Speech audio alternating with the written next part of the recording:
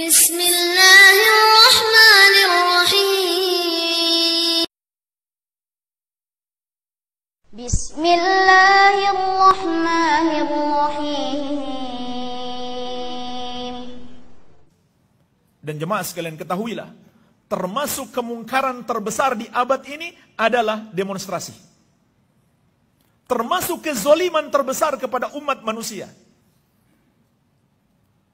Dulu, para sahabat berjihad membela agama Allah Azza wa Jalla.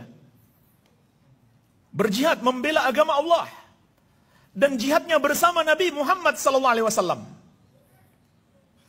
Tetapi dalam hadis yang diriwayatkan Imam Ahmad dari sahabat yang mulia Mu'adz bin Anas radhiyallahu anhu, dan hadis ini disahihkan juga oleh Syekh Al-Albani.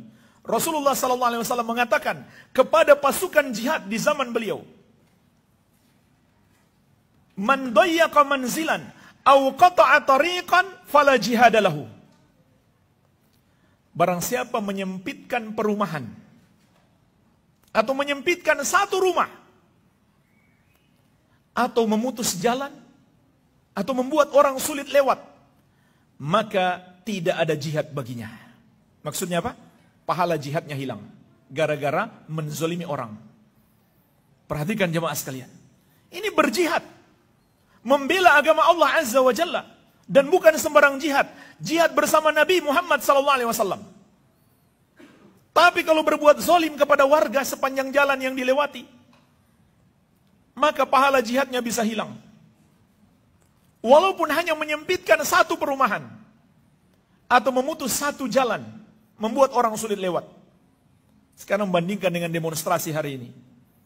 Sudah bukan jihad, tapi tasyabbuh, menyerupai orang kafir. Memangnya dari mana demonstrasi ini didapatkan? Dari orang kafir kan? Makanya di negara-negara kafir, demonstrasi itu dilindungi oleh undang-undang. Memang asalnya dari mereka. Ini tasyabbuh, menyerupai mereka. Sudah menyerupai mereka, masih menzolimi orang. Bukan satu rumah yang disempitkan. Puluhan rumah, ratusan perumahan. Bahkan fasilitas-fasilitas umum, rumah sakit, sekolah-sekolah, kantor-kantor pemerintah, pusat-pusat ekonomi masyarakat diblokir oleh mereka. Dipersulit geraknya. Macet bukan hanya satu jalan, puluhan bahkan ratusan jalan.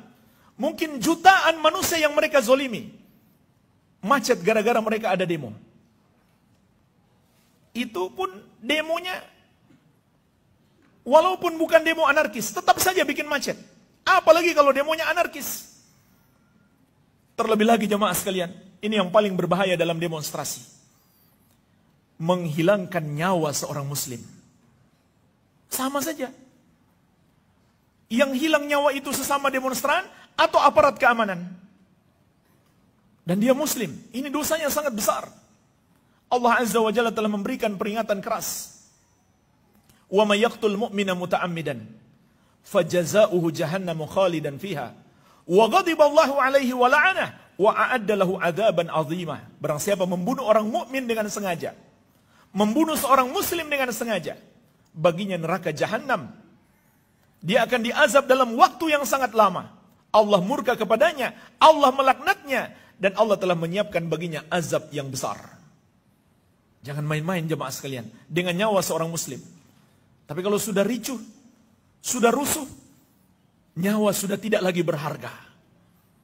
Mereka tidak peduli lagi. Sama saja. Apakah itu anggota masyarakat atau aparat? Apabila hilang nyawanya, maka semua yang terlibat di situ, walaupun mungkin nggak langsung dia yang membunuh, tapi kita harus takut semua yang terlibat akan dimintai pertanggungjawaban oleh Allah. Umar pernah mengancam, andaikan seluruh penduduk Son'a yang ada di Yaman bersatu menyebabkan hilangnya satu nyawa, saya akan kisos semuanya.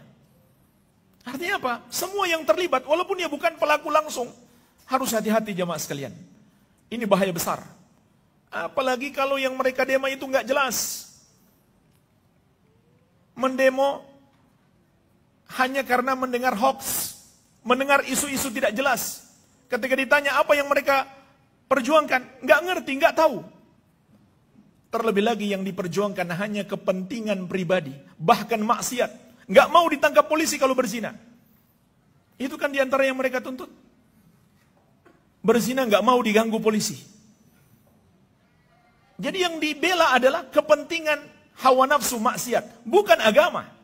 Andai dia bela agama, itu cara yang salah. Niatnya betul, niatnya baik, tapi caranya tidak benar. Apalagi kalau hanya membela kepentingan duniawi atau bahkan hawa nafsu maksiat.